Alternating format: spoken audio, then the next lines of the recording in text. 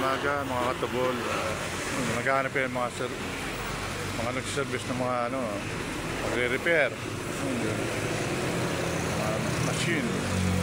Dito po yan.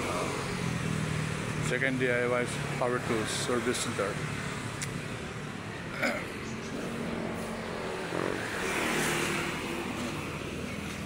Lang yan sa Mount Bacoy Street, Subdivision, San Jose, Talban. Yan. Tawagan nyo na lang po yung mga number na nandyan.